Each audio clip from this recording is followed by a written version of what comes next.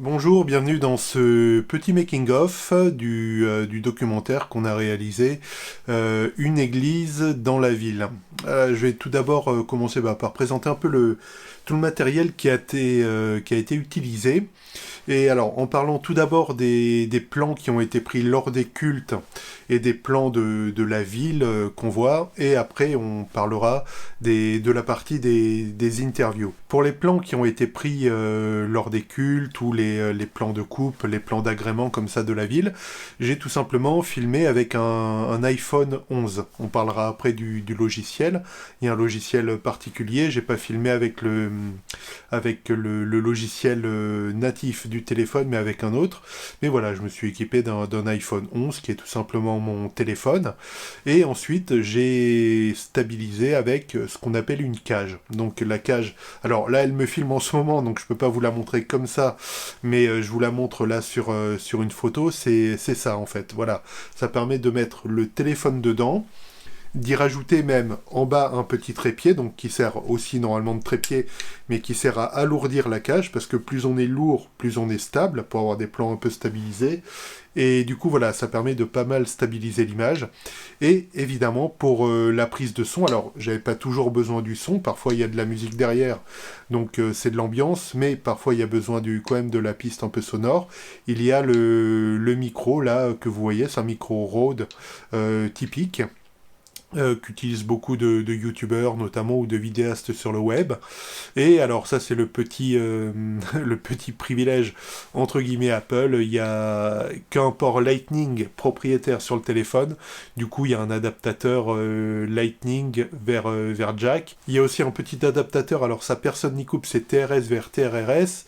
Vous avez dû constater que sur les prises jack, il n'y a pas toujours le même nombre de bandeaux comme ça. Tout simplement le micro que j'ai là, le micro Rode, est utilisable sur des caméras, pas que sur des téléphones. Du coup, c'est une autre norme que le jack qui viendrait normalement dans un téléphone. Donc, il faut aussi un petit adaptateur. Du coup, pour la chaîne, on part du micro Rode. Du micro Rode, il y a le petit adaptateur TRRS. Derrière l'adaptateur TRRS, il y a l'adaptateur jack vers Lightning. Et enfin, ça se branche sur le téléphone. Voilà. C'est donc comme ça que avec ce dispositif, que j'ai pris les images. Parfois, elles étaient montées sur un trépied. Alors pareil, là, le trépied, en ce moment, il tient le dispositif, donc je ne peux pas vous le montrer, mais un trépied standard, là, là, vous le voyez en photo. Voilà. Ça, c'est globalement le dispositif qui m'a servi à prendre les images prises un peu sur le vif lors des 4 ou 5 cultes et les plans de coupe. Ensuite, il a fallu utiliser un logiciel. Alors, le logiciel est bon, hein, le logiciel natif de vidéo fourni par le téléphone, mais parfois on a des interactions, notamment sur la balance des blancs, sur ce type de choix, un peu améliorées quand même avec des applications qu'on va chercher sur le store. Il y avait une application, donc Filmic Pro, que j'utilisais, mais qui hélas est passée en mode abonnement. Alors, du coup, on peut la récupérer pour ceux qui l'avaient avant, qui l'avaient acheté quand c'était la version pack. Ils peuvent en récupérer une version pour l'utiliser, mais ça, je ne le savais pas à l'époque. Du coup, j'ai dû changer de logiciel et utiliser alors un logiciel qui s'appelle Pro Camera, qui est aussi fait pour les photographes, mais qui permet du coup de avoir en vidéo ce qu'on recherche, à savoir une fréquence d'image qui soit cohérente avec, le shutter speed. Du coup, j'ai utilisé ce logiciel pour filmer. Ça permet aussi de caler dans une moindre mesure une balance des blancs de manière relativement correcte et d'avoir, ma foi, une image que je trouve assez propre, hein, pour un documentaire comme celui-ci. Alors une image propre, évidemment, on n'est pas sur un budget un budget d'un documentaire Arte ou que sais-je, hein, mais voilà, pour une prise au smartphone, on a quand même quelque chose d'assez propre, donc avec le combo, si je me résume, micro Rode, téléphone, donc que ce soit un Samsung ou un iPhone, moi il se trouve que c'est un iPhone, et derrière avec un bon logiciel comme une bonne appli comme Pro Camera pour prendre correctement la vidéo. Pour parler maintenant de la partie interview, qui est quand même la plus grosse partie en termes de temps du documentaire. Là, donc évidemment, il y a un trépied pour tenir la caméra. Et la caméra, j'ai utilisé ça. Donc c'est c'est mon réflexe, tout simplement. Un réflexe Nikon qui date de 2014, je crois. Ou alors moi, je l'ai acquis en 2016. Et c'est un capteur APS-C. Alors, c'est un capteur qui est un peu plus grand. Il y a plusieurs tailles de capteurs qui prennent de mieux en mieux la lumière. Donc, les plus petits capteurs, c'est les capteurs qu'on retrouvait plutôt sur les caméscopes domestiques, qu'on retrouve encore sur les téléphones. C'est là où les téléphones sont très bons, vraiment pour faire de la vidéo, mais un peu limités quand on veut des belles profondeurs de champ. Ensuite, il y a des capteurs type micro 4/3 ou ce genre de choses. Et ensuite, il y a deux formats. Donc, il y a le plein format. Donc, ça, c'est les appareils les plus coûteux, les plus onéreux. Et il y a un peu en dessous, bien en dessous des pleins formats, mais qui passent toujours un peu plus de lumière que le micro 4/3. Il y a les capteurs APS-C qu'on retrouve sur ce type d'appareil. Alors aujourd'hui, les appareils réflexes, donc avec vraiment un miroir qui fait une obturation, ne se font quasiment plus. Nikon, par exemple, les a complètement arrêtés. Enfin, les a quasiment arrêtés, il y en a encore un peu au catalogue, mais je pense que c'est des fonds de stock. Aujourd'hui, c'est sur des modèles d'appareils dits sans miroir, mirrorless, donc qui ont plus de miroir. Mais bref, voilà, moi je me suis servi en caméra de cet appareil, et alors c'est pas cet objectif que j'ai utilisé, ça c'est plutôt un zoom pour prendre de loin, notamment je m'en sers pour filmer des cultes. Je me suis servi de ça, qui a un objectif à focale fixe, qui a un avantage, c'est qu'à prix égal avec une focale fixe, on a à prix égal une qualité optique meilleure qu'avec un zoom, et c'est un 35 mm. Donc un 35 mm dans le format de capteur que j'ai utilisé APS-C, ça équivaut à peu près à un 50 mm pour un plein format. À savoir, c'est un format complètement type, qu'on reconnaît bien, qu'on a bien dans l'œil, quand on interviewe une personne. C'est un objectif qui ouvre très grand, donc qui ouvre jusqu'à f1.8, ça va parler aux photographes, ça permet d'avoir notamment de bien flouter l'arrière-plan, et quand on a l'arrière-plan avec une grande profondeur qui est assez loin du sujet, ça permet vraiment d'obtenir des scènes, je dirais, cinématographiques, cinématiques, ou je sais pas quoi vous dites, mais bref, qui ont un cachet optique. Mais c'est pas le principal. C'est important, l'optique, mais une image est faite surtout avec de la lumière. Donc je vais montrer un exemple. J'ai utilisé un éclairage normalement c'est un éclairage en 3 points, mais là je dirais en 2 points et demi, en fait. Parce que donc voilà, là vous voyez, c'est une photo de Cédric. C'est un éclairage dit en 3 points. À savoir que là, si vous me regardez par exemple, ça voudrait dire que je suis éclairé à peu près à 45 degrés par une lumière principale, sur ma droite. Sur ma gauche, je suis éclairé par une lumière dite secondaire, et derrière moi par une backlight. Ça, ce serait... c'est pas du tout ce que j'ai fait là, c'est complètement de la lumière... là, c'est la lumière juste d'ambiance, comme ça, un peu prise à l'arrache, mais c'est ce que je ferais pour un éclairage en 3 points. C'est ce qu'on a fait avec Cédric, où vous voyez Cédric, et il y a donc à sa droite une lumière principale, qui est tout simplement une lumière fluo. Alors je suis pas encore à la LED, c'est tout simplement que j'ai investi à l'époque dans un stock de rechange de grosses ampoules fluo avec un diffuseur comme ça qui permet d'avoir une belle lumière, et j'ai encore plein d'ampoules, donc voilà, tant qu'elles sont pas claquées, je vais pas m'amuser à investir dans de la LED. Donc ça, c'est la lumière principale que vous voyez là à la droite de Cédric. Ça, c'était pour la lumière principale, et pour la lumière secondaire, elle n'est pas faite avec une source artificielle, mais par réflexion de lumière. J'aime beaucoup ce procédé, et j'ai utilisé, voilà, un réflecteur. Voilà. Donc, en gros, il y a la lumière principale là que vous avez vu qui fait à placer à peu près à 45 degrés du sujet, assez près de lui, la lumière principale. À la gauche de Cédric, il y a ce réflecteur, mais qui peut être, si vous avez d'autres conditions, s'il n'y a pas assez de luminosité ambiante, qui peut être une vraie lumière, je veux dire. Il y a la lumière secondaire, donc qui chez moi a été faite avec ce réflecteur, donc ça fait une lumière, deux lumières, et la backlight, donc la lumière derrière. C'est pour ça que je dis un éclairage en 2,5, c'est qu'il n'y avait pas vraiment de backlight, mais là ce qui fait un peu office de backlight, c'est que notre temple est équipé maintenant de 2 projecteurs LED en fait. Et du coup, on a eu la chance, là, avec Cédric, d'avoir un temps quand même parfois assez nuageux à l'extérieur, ce qui fait que plus c'est sombre à l'extérieur, plus on voit l'influence de la lumière artificielle à l'intérieur. Et du coup, ça fait que Cédric se dégage bien avec ce fond très bleu, alors qu'on voit chez les autres interviewés aussi, mais c'est surtout palpable chez Cédric, où il faisait vraiment sombre à l'extérieur, et du coup, on remarquait bien l'influence des lumières à l'intérieur. Voilà. Donc ça, c'est l'éclairage type en 3 points, avec le matériel, je vous l'ai expliqué, donc la caméra, cet appareil, l'appareil réflexe au capteur APS-C, équipé d'un objectif comme ça à grande ouverture, monté sur pied évidemment, avec en lumière principale l'appareil fluorescent. Maintenant ça se fait plutôt en LED, comme je disais, voilà, quand mes dernières ampoules seront claquées, j'investirai dans du LED. En lumière secondaire, hop, le réflecteur que voici, et en lumière en backlight. Alors là, pour Cédric, c'était tout simplement la lumière d'ambiance LED du temple.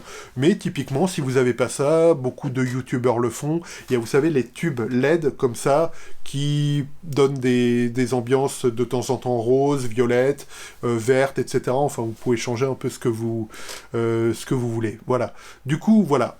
En gros, le matériel que j'ai utilisé sur le documentaire. On va bientôt passer au montage. Avant ça, j'ai juste oublié d'évoquer un accessoire qui est tout simplement le micro-cravate. Alors, le micro-cravate, il était utilisé pendant les interviews, justement, sur les interviewés. Donc, le son était pris par le micro-cravate relié à l'iPhone qui servait donc de dictaphone et de prise de son, et l'image était donc prise par l'appareil réflexe. Ensuite, il faut synchroniser les deux, savoir que l'appareil réflexe prend un peu le son, mais c'est de la basse qualité, il faut vraiment ce micro-là pour avoir une bonne qualité. Donc, tout simplement, c'est à ça que servent les claps, vous savez, de cinéma. Ça sert pas juste à faire beau, ça sert surtout à repérer les scènes. Alors bon, là ça allait encore, on n'avait pas trop à réfléchir, mais ça sert surtout à synchroniser le son et l'image. Et donc le clap, alors j'avais pas de clap ciné, bien que je désespère pas d'en acheter un jour, mais j'ai juste fait hop, voilà, j'ai claqué 2 fois des mains. Du coup ça faisait 2 gros pics, comme ça, aussi bien sur la ligne de son que sur la ligne de vidéo. Il suffit de les synchroniser, et voilà, c'est synchronisé. Vous synchronisez, c'est synchronisé une fois pour toutes, et vous n'avez plus à y revenir. Il y a différentes façons de gérer le workflow une fois qu'on aborde la phase de montage. Faut être évidemment bien sûr d'avoir tous les rushs sauvegardés, pas se planter sur les sauvegardes, pas effacer ce qu'il faut pas, mais bon, voilà, là ça va sans dire.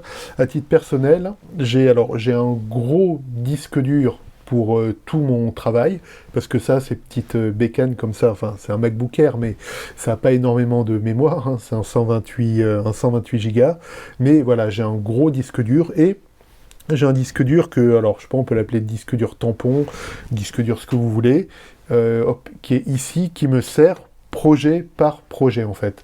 J'y sauvegarde les projets. Alors, une fois que le projet est fait, complètement tourné, complètement monté, tout ce qui est dans ce disque dur va aller dans le gros, le méga disque dur que j'ai d'archivage.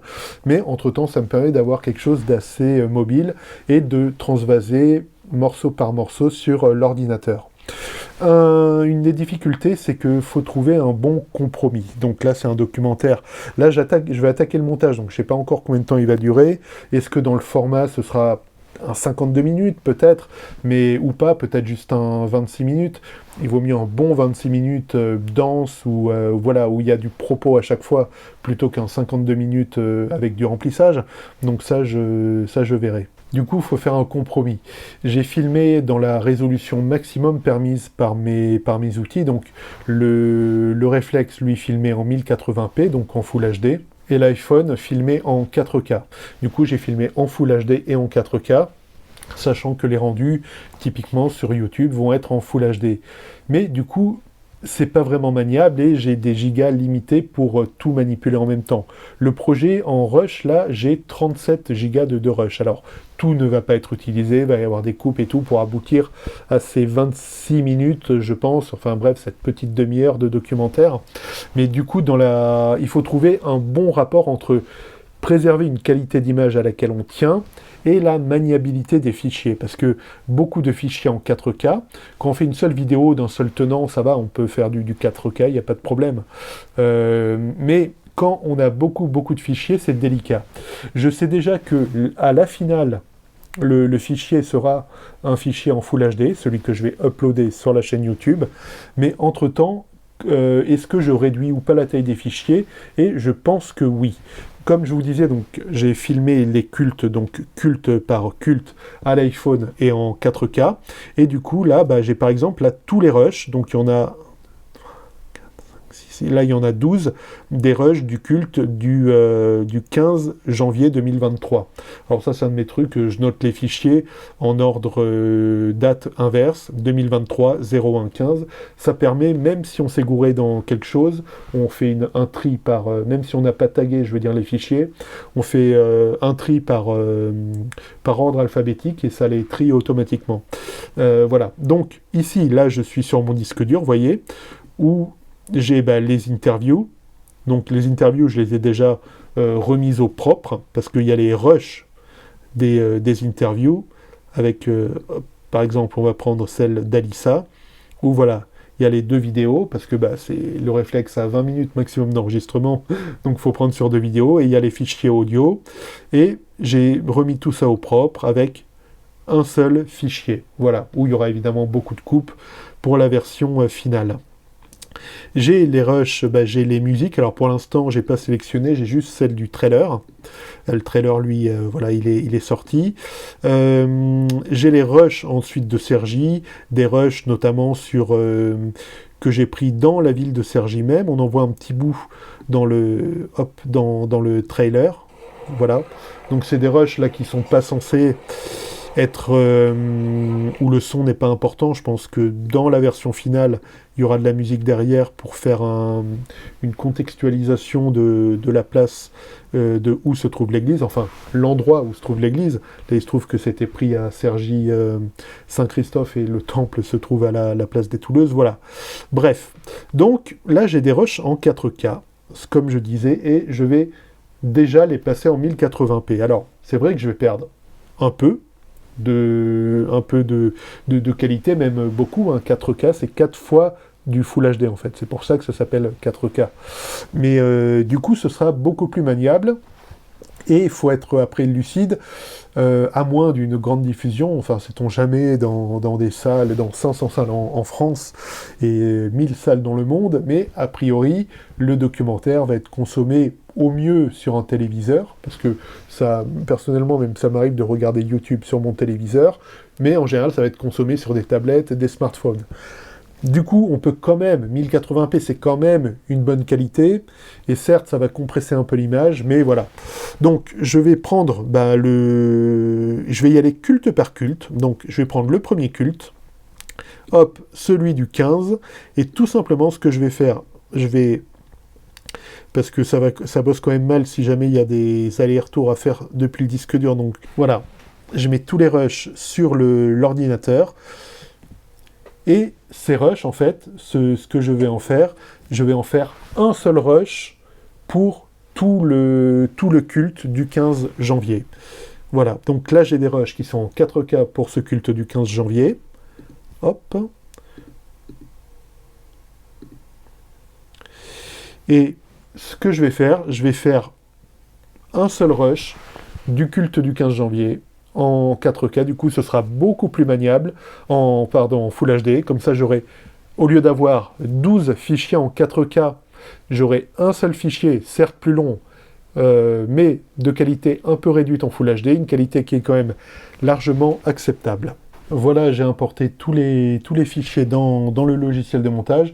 Évidemment, je vais pas, alors, pas le faire devant vous, mais là, il s'agit pas... Je vais quand même... Je pense que c'est à ce stade que je vais quand même vérifier la colorimétrie. Hop. Et alors là, iMovie est très bien pour ça. Il a un module automatique. Hop. Par exemple, hop, on fait ça. Et voilà. Il propose tout de suite une amélioration, voilà. Mais voilà, je vais juste faire ça, donc voir si je peux un peu améliorer la colorimétrie. Donc là, on appelle ça une phase d'étalonnage. Mais sinon, je vais pas couper les rushs, à part certaines chutes. Par exemple, là, je me filme en arrivant au temple. Mais en fait, c'est moi-même qui me suis filmé. Du coup, j'ai moi-même posé la caméra. Et du coup, bah, il y a forcément un moment, on me voit. Hop. Donc, on me voit rentrer dans le temple. Genre, c'est le matin, je rentre dans le temple. Mais enfin, je rentre vraiment dans le temple, hein. Mais évidemment, dans le rush, on me voit aussi ressortir, chercher ma caméra. Voilà. Donc évidemment, voilà, je vais juste couper ces genres de petites choses que je sais que je ne garderai pas. Mais sinon, je vais rien couper d'autre et mettre bout à bout tous les fichiers du 15 janvier pour de 12 fichiers en 4K, obtenir un seul fichier en Full HD qui soit déjà bien, qui ait déjà une bonne colorimétrie. Voilà. Ce que je vais faire, alors, je vais pas le faire là dès le dérochage, mais je le ferai plus tard au montage. Et ceux qui connaissent un peu la vidéo l'ont déjà remarqué sur le trailer, je pense. Il faut un peu avoir l'œil, façon de parler, mais quand même. C'est que je vais passer du format 16:9, qui est le format un peu natif, ou d'ailleurs le format auquel a été pris la vidéo, à un format un peu plus allongé, format cinémascope. Et ça, c'est tout bête. Alors, c'est pas comme ça que je vais le faire sur le rush définitif, mais il y a un insert cinémascope. Hop. Voilà, que vous mettez là. Et ça vous met les fameuses bandes noires. Voilà. Toc. Donc ensuite, faut le régler. Faut dire au logiciel de l'adapter pour ne pas qu'il... Et voilà. Et vous voyez, du coup, vous avez des bandes... vous avez des bandes noires. Voilà. Ce qui donne, en général, un aspect un peu plus ciné. Sachant que c'est, bon, quand je dis aspect ciné, c'est vraiment des très très gros guillemets. J'aime trop le cinéma pour dire que c'est du cinéma, hein. Mais voilà, ça fait une dynamique de regard d'image plus horizontale, voilà, à laquelle on est habitué, c'est vrai, quand on va au cinéma. Voilà ce que je pouvais dire sur un peu la confection de ce documentaire. Donc bah là, on est quoi? On est le 12 avril, donc il sera normalement, j'espère, prêt pour Pentecôte. Le trailer, en tout cas, a annoncé que ça sortait à la Pentecôte. Du coup, voilà. J'espère qu'il sera bien prêt. On verra. Merci d'avoir suivi ce petit making-of. J'espère que le documentaire... Alors, va vous plaire ou vous a plu, selon que vous l'avez déjà vu ou pas.